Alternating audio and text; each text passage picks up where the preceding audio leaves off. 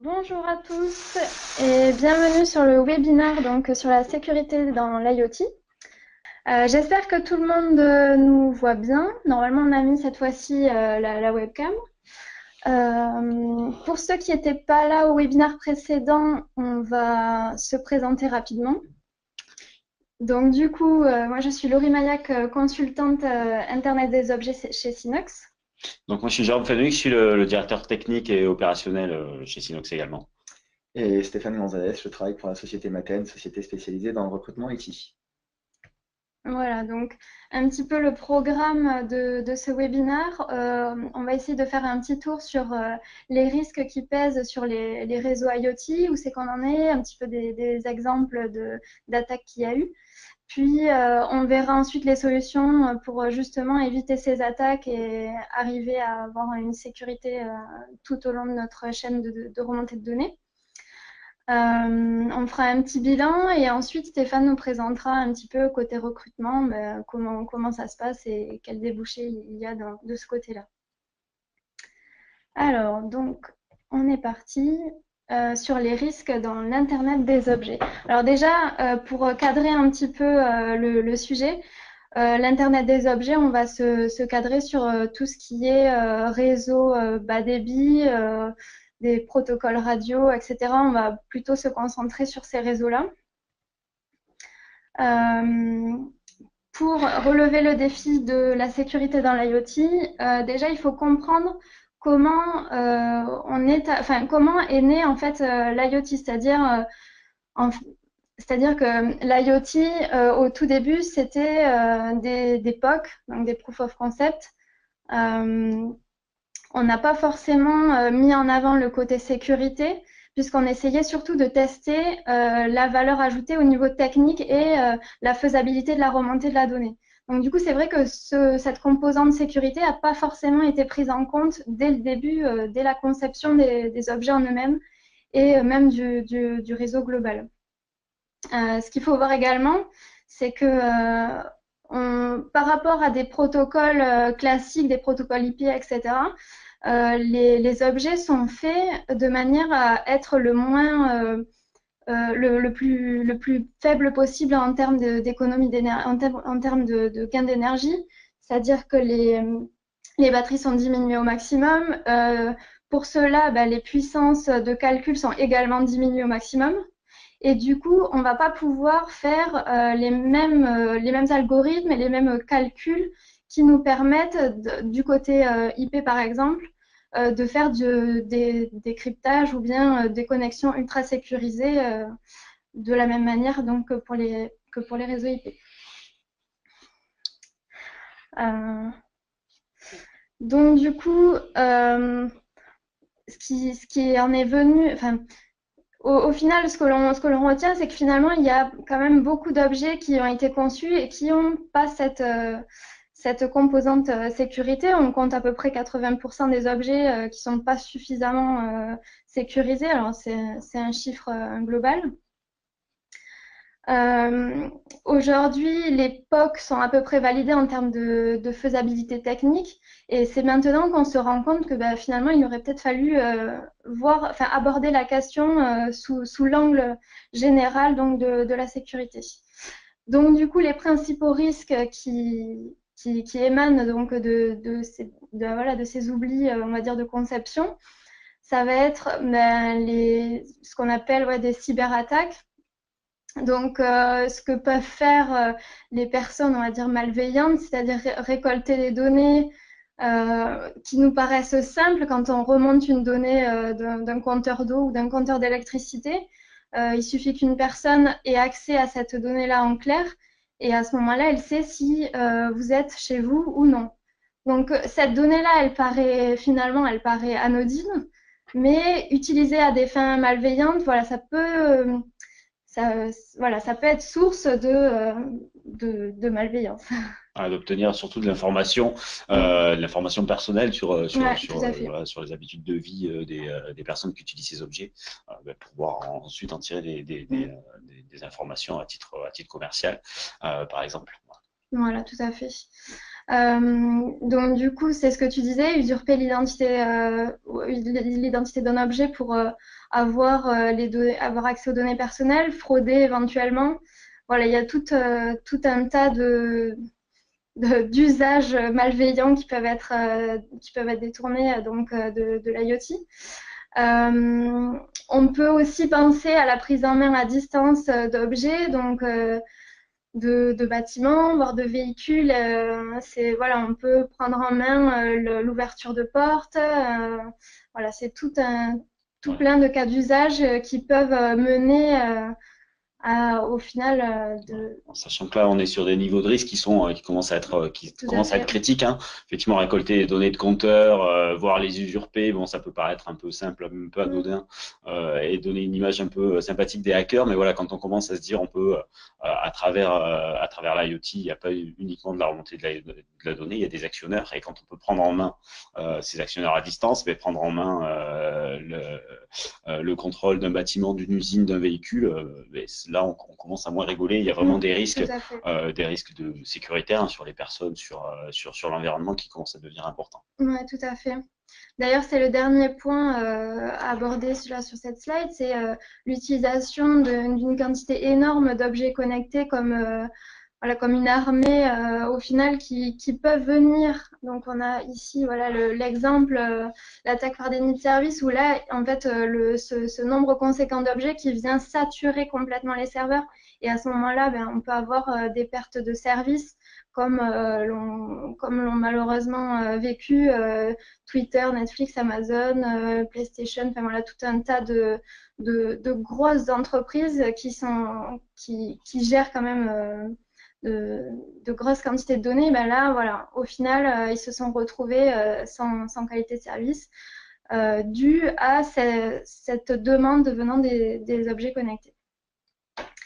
Ce que je voulais proposer ici, c'est vraiment montrer les exemples concrets d'attaques qu'on a pu voir, voilà, qu'on a pu voir tout au long de ces 2 dernières années et face aux chiffres qui nous attendent. C'est-à-dire que là, on a bien l'attaque par déni de service, ça c'est quelque chose on a beaucoup entendu parler dernièrement, enfin surtout l'année dernière. On sait qu'en 2020, on attend environ 50 milliards d'objets connectés. Donc là, la sécurité, c'est plus que nécessaire. On compte à peu près un quart des attaques, voilà, ça c'est une estimation, un quart des attaques qui cibleraient des objets connectés. Donc ça commence à représenter vraiment un nombre conséquent qu'on ne peut pas ignorer. Un autre exemple d'attaque, là par exemple, on avait une équipe de l'Université du Michigan qui accède au réseau sans fil de gestion des feux d'une ville. Donc vous imaginez un petit peu le bazar que ça pourrait créer au sein d'une ville si tout est désynchronisé, les accidents, etc. Voilà, on n'ose même pas imaginer les dégâts. Alors, d'autres exemples qui font un petit peu parler, quand on voit que on a Tesla, on a Jeep, on a complètement des collectivités qui se font hacker finalement, qui se font pirater. Voilà, tout le monde est. La sécurité, c'est quelque chose que tout le monde doit prendre en compte. C'est pas les gros qui vont être oubliés de ce côté-là. Non, non, ça concerne vraiment tout le monde. Là, on a voilà, le petit exemple un petit peu rigolo de cette personne qui avait réussi à pirater les panneaux d'affichage de la ville de Paris. Bon, c'est un petit clin d'œil rigolo, mais imaginez si c'est une personne malveillante, voilà, c'est quand même quelque chose de très important. Donc du coup, la sécurité, là, au niveau des impacts, on a bien vu que c'était extrêmement important de le prendre en compte, mais à quel niveau maintenant?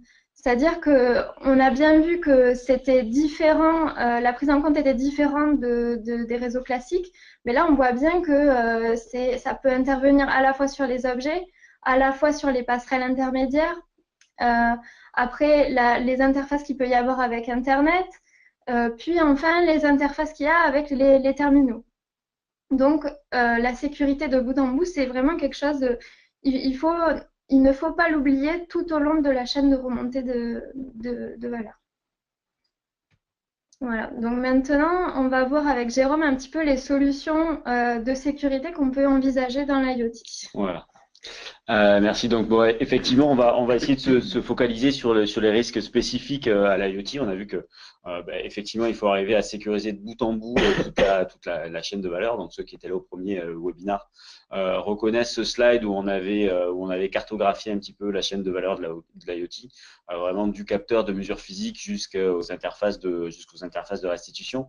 Donc, aujourd'hui, on va se focaliser. J'ai perdu, Là, excuse-moi. ouais, désolée, ça va pas dupliquer. Ouais, j'ai Hop, perdu. non, le second, on va le remettre comme ça. Ah oui.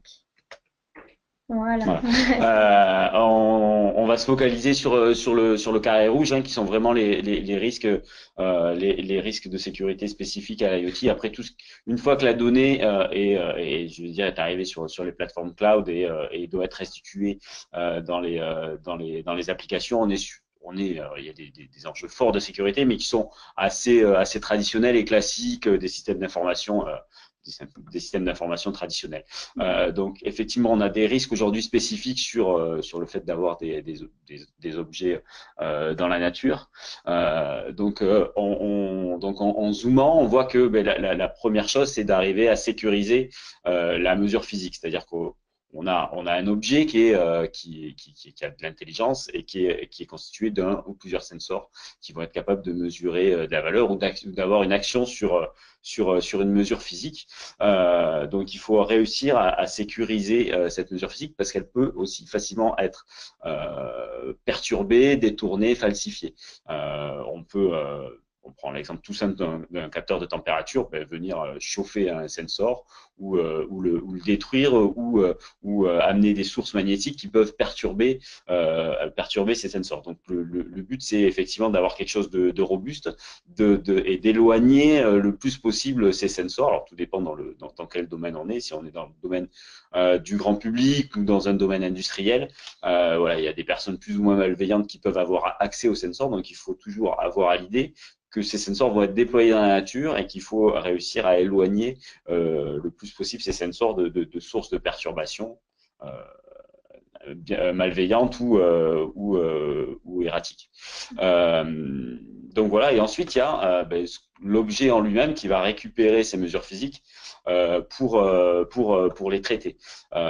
Donc à ce niveau-là, effectivement, c'est aussi quelque chose à sécuriser, c'est qu'on se retrouve avec un objet dans la nature sur lequel on peut venir communiquer. Il y a souvent de la communication locale à l'objet. Beaucoup d'objets utilisent des réseaux Wi-Fi ou des réseaux BLE sur lesquels on peut venir facilement perturber le signal et le détourner. Et puis aussi avoir une action mécanique vis-à-vis de ces sensors-là, de venir effectivement avoir des phénomènes de casse. Donc il y a cette sécurité qui n'est pas forcément tout le temps de la sécurité informatique, mais de la sécurité mécanique. Donc avoir des objets suffisamment robustes pour résister à des attaques vraiment physiques.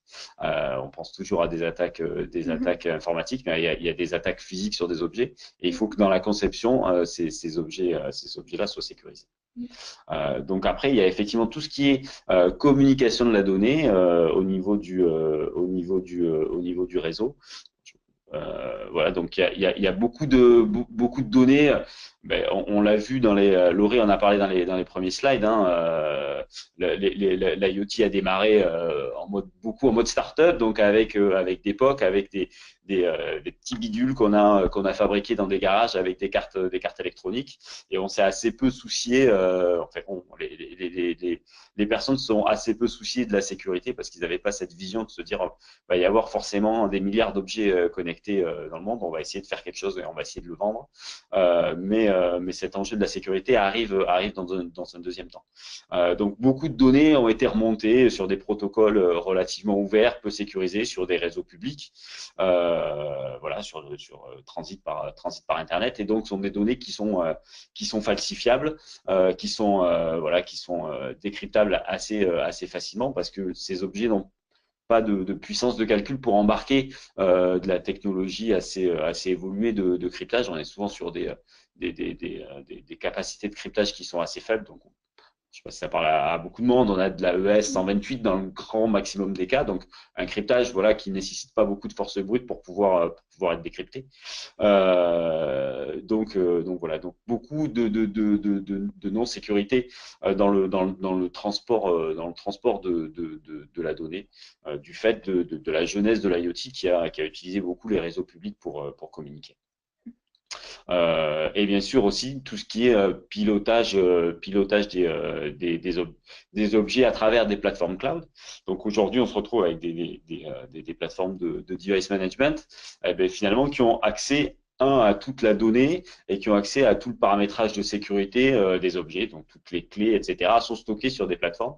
Donc ça, c'est vraiment un point central sur lequel il faut avoir une attention particulière. Donc même si on est du coup là dans une sécurisation de SI traditionnelle, c'est vraiment quelque chose où en attaquant une seule fois ce type d'entité, on peut récupérer énormément d'informations, toutes les données des objets bien sûr, mais aussi toutes les données de sécurité pour pouvoir reparamétrer, arrêter et piloter les objets à distance. Donc, qu'est-ce qu'on peut faire comme action pour améliorer la sécurité sur ces maillons de la chaîne? Donc, sécuriser l'objet connecté lui-même. Hein.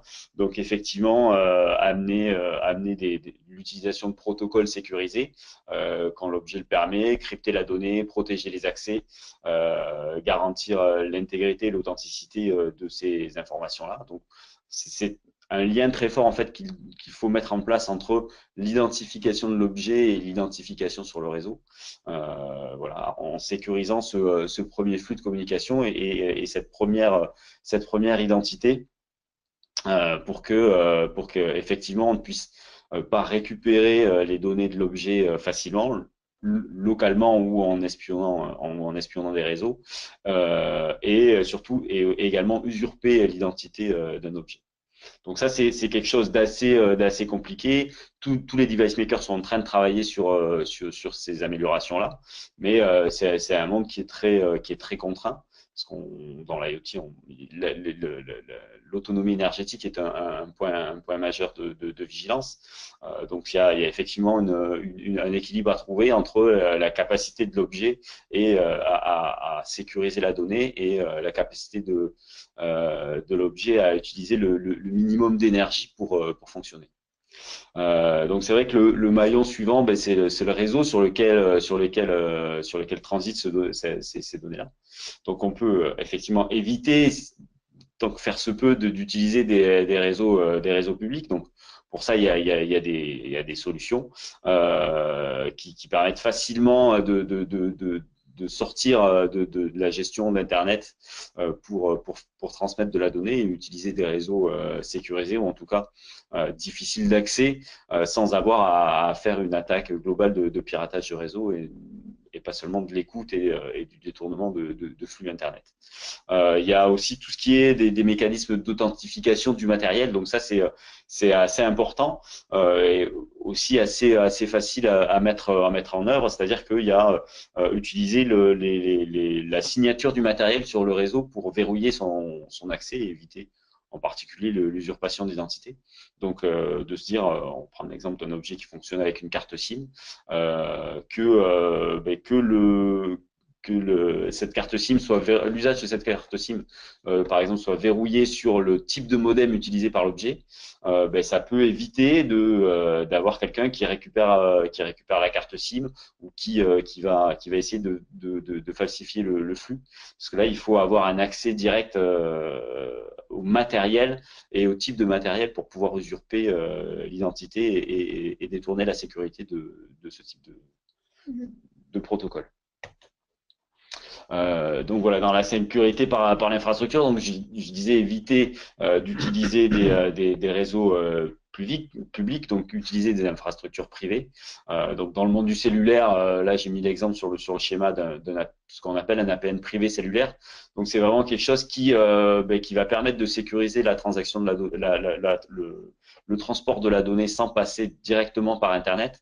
Donc en utilisant des solutions dédiés pour les gros projets ou mutualisés pour tout type de projet, voilà, qui permettent de dévier le flux dès le cœur de réseau des opérateurs pour passer par un réseau complètement privé et sécurisé jusqu'au système d'information qui doit traiter cette donnée-là.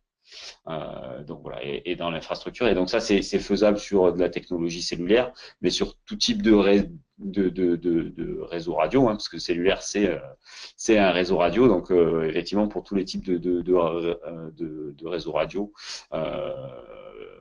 plus avec selon les gammes de fréquences, c'est possible derrière de sécuriser le backhaul, hein, c'est-à-dire le transfert et la transformation des informations radio vers des plateformes IP en sécurisant cette partie-là.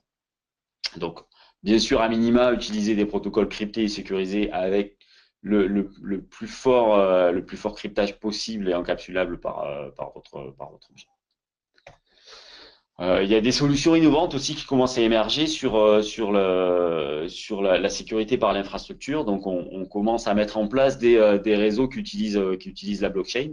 Donc, la blockchain, pour ceux qui ont beaucoup en ont entendu parler, j'imagine, c'est une sorte de gros réseau peer-to-peer qui est utilisé pour la première fois par les bitcoins, hein, donc pour sécuriser quand même quelque chose qui a un caractère financier, hein, de la transaction financière, même si c'est de la monnaie virtuelle. Et donc c'est un réseau peer-to-peer. L'avantage de ce réseau-là, c'est qu'il est très difficile à pirater, parce que pour pouvoir pirater et falsifier des informations sur ce réseau-là, eh bien, il faut réussir à pirater l'ensemble du réseau qui est constitué de plusieurs milliers de nœuds. Voilà, donc ça, c'est des choses qu'on commence à mettre en œuvre sur certains projets et qui sont vraiment innovants et efficaces. Il y a aussi des solutions standardisées de sécurité et de transport de données qui ont été standardisées par la 3GPP, qui est l'organisme qui certifie les protocoles de transfert des données mobiles, et avec l'OMA qui est l'Open Mobile Alliance. Voilà, donc je suis un peu juste en temps. Ouais. On me fait signe, donc je vais rapidement passer sur cette partie-là. Mais voilà, il y a ces infrastructures-là qui permettent d'avoir de l'interopérabilité sur le transport de la donnée, mais également sur la sécurité, donc d'avoir un niveau homogène sur tous les devices qu'ils utilisent en termes de sécurité. Donc voilà, je passe la main à Laurie sur. Alors c'est vrai que c'est pas seulement une question de hardware ou bien même de software, etc. Ça passe aussi par la conception en elle-même et par la certification, on va dire, et par les réglementations qui peuvent exister. Donc en Europe, je ne sais pas si vous avez entendu parler, mais c'est vrai que ces derniers temps, on se presse un petit peu à être GDPR compliant. Qui est la nouvelle réglementation européenne sur la protection de la donnée personnelle.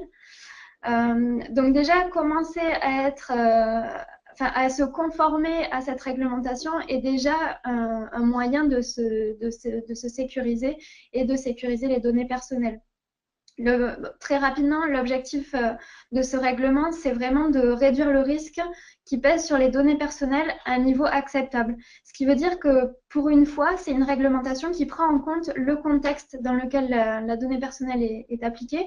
Et je pense que c'est vraiment une réglementation qui a du sens. C'est vrai qu'on entend beaucoup parler, au niveau technique, on sait que au niveau des lois, bon, c'est assez flou, c'est souvent très global, on ne sait pas vraiment à quoi on a droit. Au final, on n'est pas sûr d'être protégé.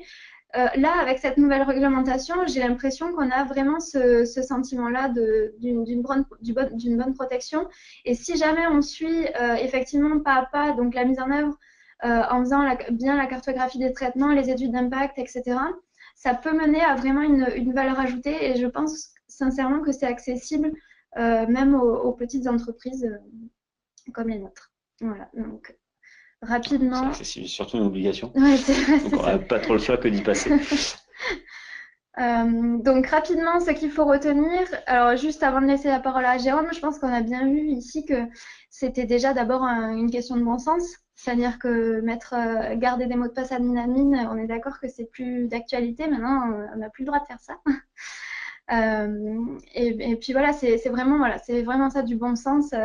Et dès la conception, essayer de penser à cette sécurité. Voilà, et surtout d'adapter son niveau de sécurité à son besoin. C'est faire de la sursécurité, ça a un coût et puis voilà qui peuvent mettre en l'air aussi des business models. Donc c'est la sécurité, c'est un devoir et c'est une contrainte. Donc voilà, il faut savoir jouer avec les deux pour bien adapter le niveau de sécurité de ces objets et de son infrastructure au bon usage dont vous en avez besoin. Voilà. Effectivement, on a beaucoup de solutions pour sécuriser le réseau utilisé, sécuriser un objet en lui-même. Ah ben, quand on n'est pas constructeur de l'objet, on n'a pas d'autre chose que de prendre l'objet tel qu'il est et essayer de choisir l'objet le plus sécurisé. Mais dans tous les cas, voilà, c'est un objet qui va être posé dans la nature. Ce qu'on peut faire, c'est effectivement assez facilement sécuriser ce qui va autour et l'infrastructure de ces objets-là. Tout à fait. Alors, je crois qu'on va passer un petit peu sur la présentation de Synox pour passer la parole à Stéphane. Moi, je vais essayer d'être bref, moi aussi, alors, du coup. J'avais pas mal de choses à dire, mais je vais me concentrer sur le principal. Pour ceux qui nous découvrent à travers ce second webinaire, je vais me présenter. Je travaille donc pour la société Maten et je suis chargé d'affaires pour cette société qui est spécialisée dans le recrutement IT depuis 24 ans, avec une force de frappe nationale. Aujourd'hui, on est organisé en 4 business units qui sont représentés à l'écran. Une BU orientée études et développement, une BU orientée infrastructure, une BU orientée exécutif pour cibler les profils à forte valeur ajoutée. Et depuis 2 ans, le marché et les exigences du métier, dirons-nous, nous ont mené à mettre l'accent sur la partie IoT web digital avec l'ouverture de cette 4e BU au sein de laquelle moi je travaille sur Montpellier. Alors initialement, on vient du métier de l'assistance technique. Plus récemment, on a ouvert nos services au domaine du recrutement et c'est dans ce contexte qu'on a réussi à travailler avec Jérôme Fenwick et l'équipe de Synox, avec qui j'ai eu le plaisir donc de travailler et chez qui on compte aujourd'hui plusieurs embauches réussies. C'est pour ça que nous avons souhaité nous rapprocher nos entités pour cette série de webinars afin de valoriser d'une part notre savoir-faire dans le secteur de l'IoT, des objets connectés, et notre spécialisation dans la recherche de ce type de profil, et puis par la même occasion faire profiter nos clients de l'expertise de Synox sur le déploiement d'objets IoT. Donc, bon, on arrive presque au terme du webinaire. Je vais vous demander juste quelques petites minutes d'attention, notamment si vous faites partie d'une société ayant actuellement des projets de recrutement ou si vous êtes un candidat qui est tout simplement intéressé par les métiers qui recrutent dans l'IoT. Généralement, on dit qu'innovation, qui dit innovation dit nouveaux métiers. Je crois que le domaine de l'IoT ne fait pas exception à la règle. Depuis quelques mois, on note l'émergence de nouveaux postes aux intitulés parfois un petit peu évocateur et bien souvent anglo-saxon. Alors à moins de sortir d'un Master 2 en IoT, Management, options sciences des data ou ce genre de choses-là, l'idée n'est pas de réinventer une nomenclature de poste, mais plutôt de mettre en évidence les compétences qui seront les plus sollicitées dans les mois à venir. Donc aujourd'hui, en tant que société spécialisée dans le recrutement IT, on ne cherche pas des profils justifiant d'une expérience dans l'IoT, on cherche bien des potentiels, on cherche des talents qui vont pouvoir monter en compétence sur ce domaine-là. Notre objectif est de déceler dans chacun des candidats qui s'adressent à nous le savoir-faire et les aptitudes qui pourront leur permettre de réussir sur des postes au contour mouvant.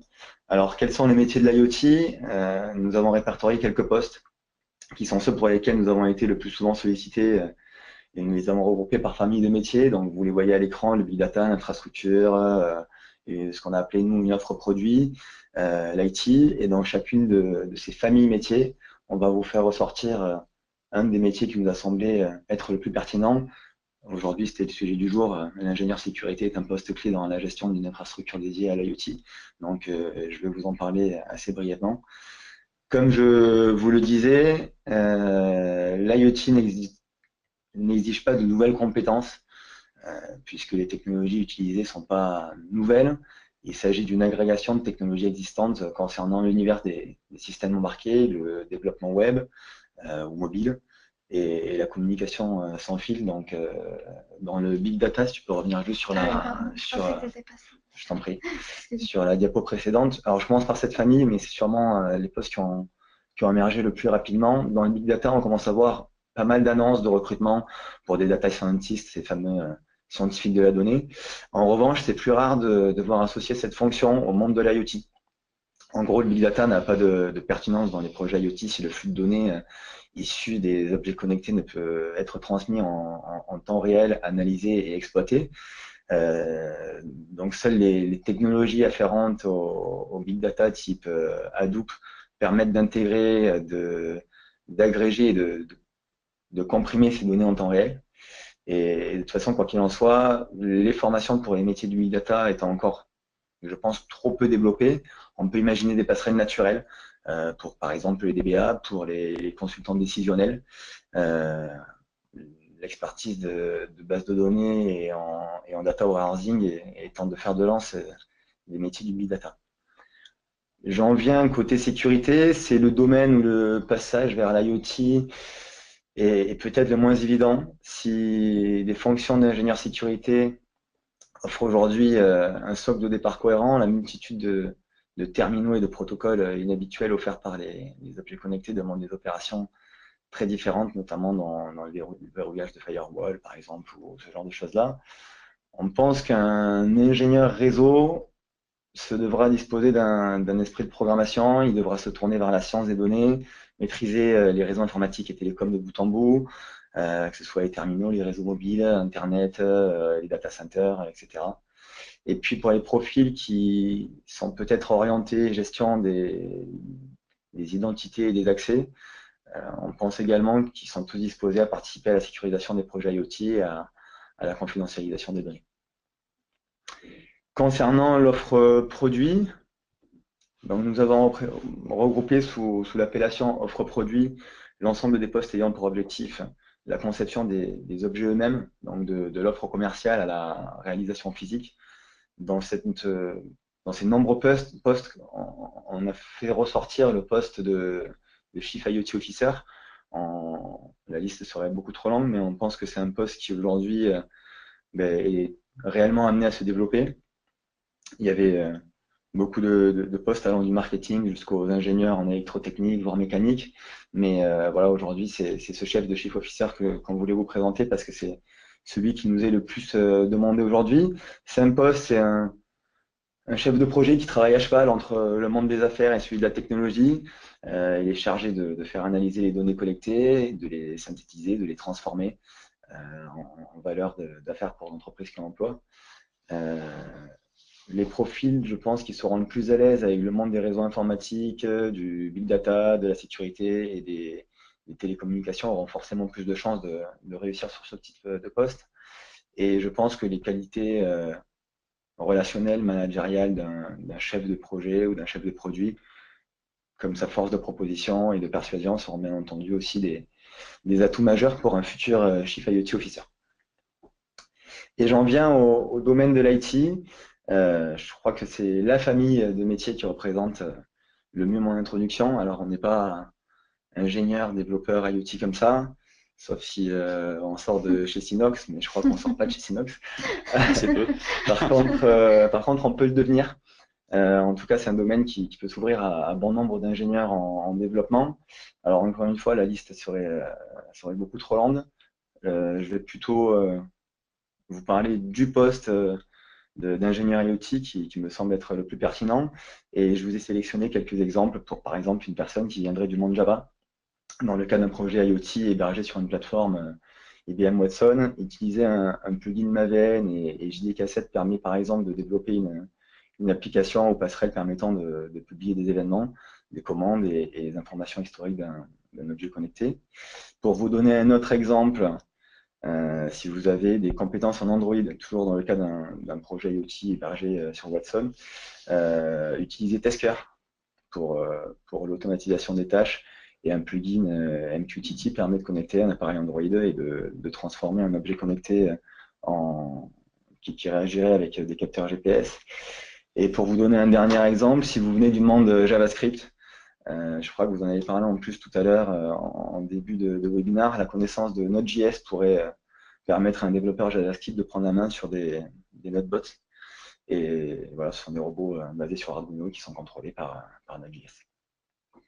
Voilà, je pourrais continuer encore un petit moment, mais on va peut-être conclure. Ouais. Le temps passant vite, je pense que vous l'avez compris. Nous procédons, enfin, comment nous procédons et comment nous aidons nos clients à dénicher les talents dont ils ont besoin. Quand on parle de mettre l'humain au corps des projets chez Maten, c'est aussi de cela dont il est question. Les candidats s'adressent à nous pour qu'on les accompagne, qu'on les guide dans leurs projets professionnels et pour qu'on leur propose des opportunités innovantes auprès de clients sérieux. Nos clients, quant à eux, peuvent s'appuyer sur notre savoir-faire en matière de recrutement, mais ils comptent également sur nous pour les guider dans notre définition de poste. Aujourd'hui, je pense qu'on valorise les compétences dans notre recherche et dans nos validations de talents. On s'appuie sur nos experts métiers pour orienter les candidats vers les formations qui les aideront à mettre un pied dans le domaine passionnant des objets connectés. Et je pense que c'est comme ça qu'on améliore au jour le jour nos capacités à détecter de nouveaux potentiels. Et c'est aussi pour cela que les sociétés font appel à nous. C'est de plus en plus vrai dans les métiers innovants tels que l'IoT. Merci Stéphane. Merci donc du coup, on va conclure ce webinaire. Merci à tous de nous avoir suivis jusqu'au bout. Alors, on a été un petit peu rapide sur la fin, excusez-nous. Ce que je vous propose, c'est d'abord, dans un premier temps, de répondre aux questions s'il y en a. Et ensuite, si jamais il y a besoin, n'hésitez pas à nous contacter par mail. Donc, il me semble que sur la dernière, on vous mettra nos mails. Et sinon, on a aussi en ce moment, alors on est dans l'organisation d'un événement pour le 17 novembre. Donc, n'hésitez pas à nous rejoindre sur notre événement Cap IoT le 17 novembre, qui est sur la thématique du Smart Building. Alors, je vous affiche nos mails et en même temps, on va essayer de retrouver les questions. Alors. On va le mettre en internet là. Ouais. Hop, un truc comme ça. Voilà. Alors, est-ce qu'on a des questions? Comment on avait fait un truc comme ça? Voilà. Donc on a une question de monsieur, excusez-moi pour la prononciation, Frère Meute, qu'en est-il de la malveillance émanant, alors la fenêtre est assez petite, ouais. et on a un peu de mal à lire, directement des fabricants qui veulent nous vendre des objets connectés dans le but d'espionner nos vies quotidiennes, caméra IP chinoise, Google Home, comment se protéger des abus en utilisant les produits. Alors c'est sûr que dans le monde du consumer et du grand public, que ce soit dans l'IoT ou dans tous les domaines, il y a effectivement des personnes qui veulent s'immiscer et récupérer les données. Google n'a pas attendu le monde de l'IoT, il scanne vos mails tous les jours. Donc c'est effectivement faire attention aux conditions générales d'utilisation. Il faut avoir la patience de les lire et de lire entre les lignes, donc c'est assez compliqué. Donc c'est vrai que Laurie a parlé de la GPDR, qui est quelque chose d'européen, donc finalement les entreprises chinoises et Si, justement, les entreprises étrangères, si elles utilisent des données à caractère personnel qui proviennent de l'Europe, sont tenues de respecter le GDPR. Après, ça fait déjà 2 ans que ce GDPR est mis en place. Ça fait déjà 2 ans que les entreprises internationales commencent à travailler dessus pour justement ne pas faire face aux sanctions qui ont été vraiment énormément élevées par rapport à ce que faisait la CNIL jusqu'à maintenant. Donc, l'idée de ce RGPD, c'est vraiment de faire peur à ces grosses entreprises, même à Google et même à Facebook, pour justement éviter ces abus. Après, c'est sûr que si on coche sans lire les conditions, évidemment qu'on s'expose quelque part. Voilà. Voilà. Ouais. Après, par exemple, pour répondre, alors bon, la Google Home, c'est un produit complet, mais sur des caméras chinoises qui peuvent embarquer quelque chose de malveillant, on peut difficilement agir sur le produit. Par contre, on peut agir sur l'infrastructure. Si effectivement cette caméra chinoise n'a pas accès à Internet pour ne pas pouvoir remonter les données aux personnes qui les intéressent, finalement, cet usage et cette récupération de données n'est pas possible. Donc, c'est vrai que c'est quelque chose qui est pour le grand public est assez difficile parce qu'il va brancher sa caméra chinoise sur son Wi-Fi ou sur le Bluetooth de son smartphone. Les données vont nativement remonter. Donc, il faut être un utilisateur averti pour arriver à couper et à gérer son réseau. Mais dans le domaine du B2B ou du B2B2C, voilà, on a des solutions pour aider nos clients qui veulent vendre des services à partir d'objets connectés et qui ne sont pas forcément experts en hardware à sécuriser l'infrastructure qui va autour pour minimiser les risques pour leurs clients. Donc, on a d'autres questions. On peut revenir brièvement oui. sur les attaques d'OVH et Netflix via les caméras connectées. Alors, quelles étaient les faiblesses utilisées par le botnet Mirai et tous les dérivés de Mirai? C'est effectivement utiliser le peu de sécurité des objets connectés, parce qu'on est sur des objets connectés qui sont vendus en masse, déployés en masse, et qui ont une sécurisation par défaut. Je crois que la cible principale de Mirai, c'était les caméras IP. Tout le monde se dit c'est génial, une caméra IP, on la pose et puis ça marche. Ou comme sa box internet, avec DSL, on la branche et puis ça marche. Il y a un mot de passe par défaut qui était, on va parler d'admin, tout le monde connaît, on sait, les hackers savaient scanner les réseaux, détecter les caméras, les IP des caméras, infiltrer, et du coup avec une sécurisation par mot de passe qui est déjà assez faible, qui pouvait être attaqué. Et quand les mots de passe par défaut n'étaient pas changés, les pirates pouvaient rentrer, poser des logiciels malveillants. Donc, c'était pas autant les informations captées par les objets connectés qui intéressaient les pirates, c'était surtout la force de frappe des objets. C'est-à-dire aujourd'hui, on a des objets qui sont facilement piratables, sur lesquels qui ont de la puissance de calcul qui est assez faible, mais répartis sur des milliards, ça donne effectivement du coup quelque chose qui est une puissance de frappe phénoménale et qui est difficilement contrôlable par ceux qui veulent bloquer cet accès-là. Parce que quand on a une attaque qui vient de quelques sites dans le monde, c'est facile. Quand on est attaqué on parlait d'armée d'objets connectés, par des milliards d'objets connectés répartis partout sur la planète, à part couper le réseau Internet, on ne peut pas faire grand-chose. Et c'est ce qu'ont dû faire effectivement les Netflix et les Facebook, c'est de couper leurs services parce que de toute façon, ils ne savaient plus répondre. J'espère qu'on leur a pas fait trop peur en ce jour d'Halloween. C'est ça. Vous aurez des salons ou ateliers prévus en région parisienne prochainement. Monsieur Lina qui pose cette question. Sur des salons, là, la saison des salons se termine un peu pour nous, donc on a des choses qui sont prévues sur l'année prochaine. On a notre événement Kappa IoT sur novembre. Je ne sais pas s'il sera retransmis en Facebook Live. On y travaille. Voilà, on y travaille pour dire ça. Après, nous, on est fréquemment en région parisienne, donc si vous êtes intéressé, on peut prendre rendez-vous et venir vous voir pour discuter de projets, de problématiques avec nous. N'hésitez pas à nous contacter sur ces adresses mail et on vous contactera pour prévoir des échanges téléphoniques ou présentiels sur Paris.